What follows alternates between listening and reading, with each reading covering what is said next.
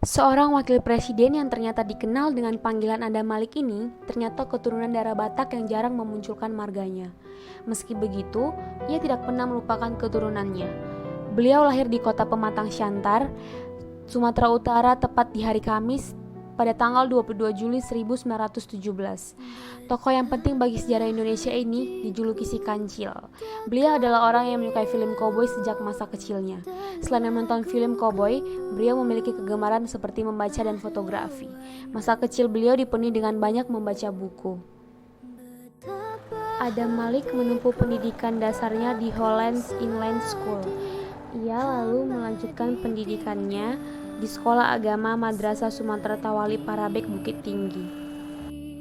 Pada usianya masih belasan tahun, ia pernah ditahan polisi Dinas Intel Politik di Sipirok 1934 dan dihukum 2 bulan penjara karena melanggar anggaran berkumpul.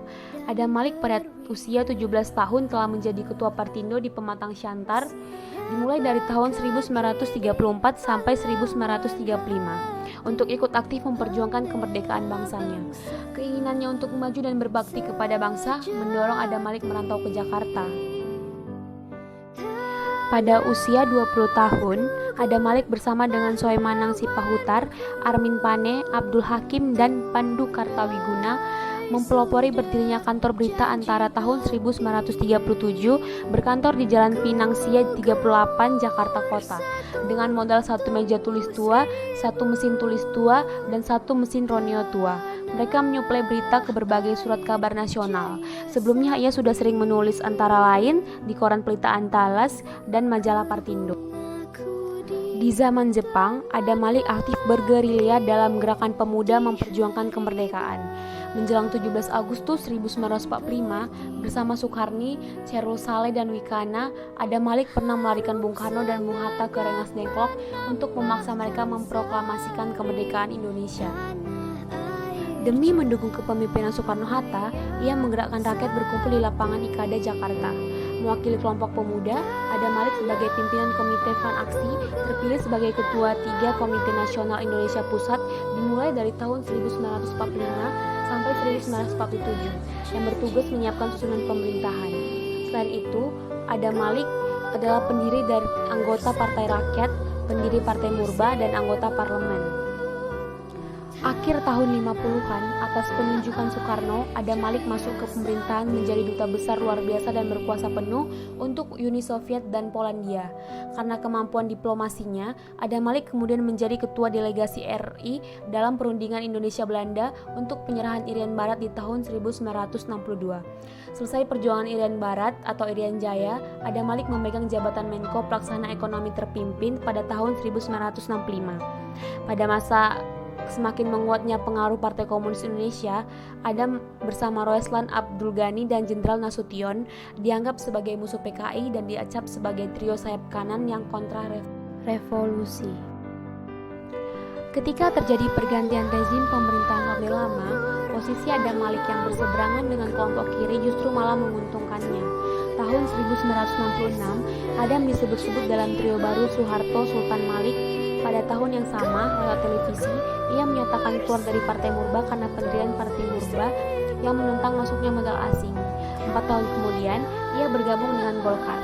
Sejak 1966 sampai 1977, ia menjabat sebagai Wakil Perdana Menteri II atau Menlu AD Interim dan Menlu Enri. Sebagai Menlu dalam pemerintahan Orde Baru, Adam Malik berperanan penting dalam berbagai perundingan dengan negara-negara lain termasuk rescheduling utang Indonesia peninggalan Orde Lama. Bersama Menlu negara-negara ASEAN, Adam Malik pelopori terbentuknya ASEAN tahun 1967. Ia bahkan dipercaya menjadi ketua sidang Majelis Umum PBB ke-26 di New York. Ia orang Asia kedua yang pernah memimpin sidang lembaga tertinggi badan dunia itu. Tahun 1977, ia terpilih menjadi ketua DPR atau MPR. Kemudian 3 bulan kemudiannya, dalam sidang umum MPR Maret 1978, terpilih menjadi Wakil Presiden Republik Indonesia yang ketiga menggantikan Sri Sultan Hamengkubuwono yang secara tiba-tiba menyatakan tidak bersedia dicalonkan lagi. Beberapa tahun setelah menjabat Wakil Presiden, ia merasa kurang dapat berperan banyak Maklum, ia seorang yang terbiasa lincah dan aktif, tiba-tiba hanya berperan sesekali meresmikan proyek dan membuka seminar. Kemudian dalam beberapa kesempatan, ia mengungkapkan kegalauan hatinya tentang feodalisme yang dianut pemimpin nasional. Ia menganalogikakannya seperti tuan-tuan kebon. Sebagai seorang diplomat, wartawan, bahkan birokrat, ia sering mengatakan semua bisa diatur. Sebagai diplomat, ia memang dikenal selalu mempunyai 1001 jawaban atas segala macam pertanyaan dan permasalahan yang dihadapkan kepadanya. Tapi pernyataan semua bisa diatur itu juga sekaligus sebagai lontaran kritik bahwa di negara ini semua bisa diatur dengan uang. Setelah mengabdikan diri demi bangsa dan negaranya, Haji Adam Malik meninggal di Bandung pada 5 September 1984 karena kanker lever.